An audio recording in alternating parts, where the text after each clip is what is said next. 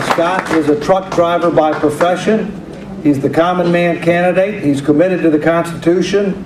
And one of the things that I found very interesting, he announced at Rudy's hot dog stand in Toledo, Ohio. I'll have to try that place out. Come on, come on.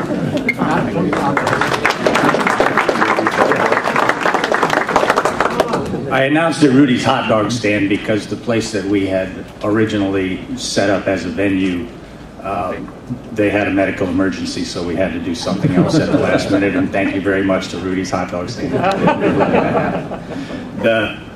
I didn't give Mr. Walker anything to say about me because there really isn't. I don't have a pedigree. I'm a truck driver. I'm an ordinary American citizen who sees this as a big problem. I was very grateful for the opportunity when they invited me and I saw what this was about. I was, yes, this is exactly what I'm trying to accomplish. I'm a candidate for the U.S. Senate because the Senate is where the problem is. They haven't passed a budget in 3 years, more than 3 years. And this is the most important issue. And I'm on the ballot as an independent candidate for the U.S. Senate because that's where the problem is.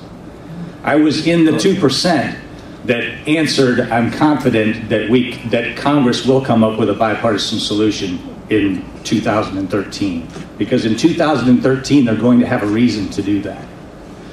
Mr. Walker said early on that we, the people, are actually the solution to the problem. The Constitution makes it very easy for us to address the problem because we are a part of the government when we exercise that right. The only qualifications for us to play a role in our federal government is age and citizenship. I'm pretty confident all of us here qualify. Our budget is out of control because our politicians are using our money to buy our votes and each other's votes. And the only way that will change is if we get involved and change it. The problem we have now is bigger than either party's ideology can address. Our fiscal problem won't fit into an ideological box. We have to cut everything. And the Constitution actually put a boundary on all of this in that our federal government isn't even supposed to be addressing these issues. But now they are. So we have to get control of our federal government and change that. I apologize, Mr. Walker. I see I'm turning this into a campaign. I don't know any other way to do it. Military spending needs to be cut. Constitutionally, our military's job is to protect the United States, not to police the world. And there are a lot of cuts that can be made that way.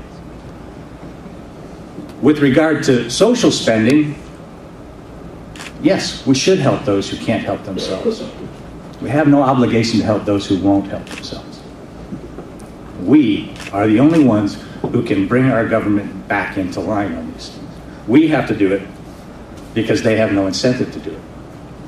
What incentive do career politicians have to behave constitutionally?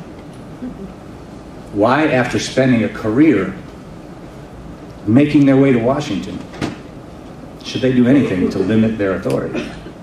That's our job. Our job. But we can do it because the Constitution gives us the power to do it. I didn't have anything prepared. I have been here all day, and I've been here all day because I need this education as much as anyone else. This is important. I'm a truck driver. I don't know all the answers. I know there are people who have answers. The problem is that only half of the people are listening at any given time because of our political ideology, because we identify ourselves by the party that we think is closest to what we agree with. And in fact, neither one of them have it right on everything. But we don't have to let it be that way. We don't have to let them divide us into groups. We have to look at the Constitution, look at the candidates that respect and honor the Constitution, and vote for the candidates that align with the Constitution, because the Constitution did put a control on our government. Mr. Walker said early on that federal government is only mandated to fund two things. Constitutionally, our federal government has two mandates: security and infrastructure. And if that was the things that they were doing, and the states were doing all the other things, which brings Medicare and Medicaid back to the block grants, federal government would be a lot cheaper to operate. And with 50 individual free markets, where we have choices, where we can move to another state if we don't like what's going on in ours. And when enough people do, the free market kicks in. Legislators start making better choices to bring people back. And when you have 50 choices, you can do that. When you have one, you really can't. And if we continue the way we're going now, we're going to collapse. There's no avoiding it. It's an exponential curve. We have to stop. We have to stop spending money. Some things are good ideas, but if you can't afford it in your house, you might like to have a new car, but if you can't afford it, you don't get one. Just because it's a good idea doesn't mean that we can do it. We have to get our government under control. We can accomplish that. We, the people, getting involved, taking a role in government.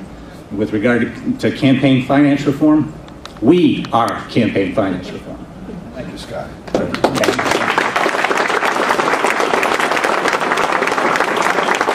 Scott, thank you very much. You exceeded my expectations. I mean, I thought you had some very good things there. I'm Scott Rupert, independent candidate for Ohio's U.S. Senate, and I approve of this message.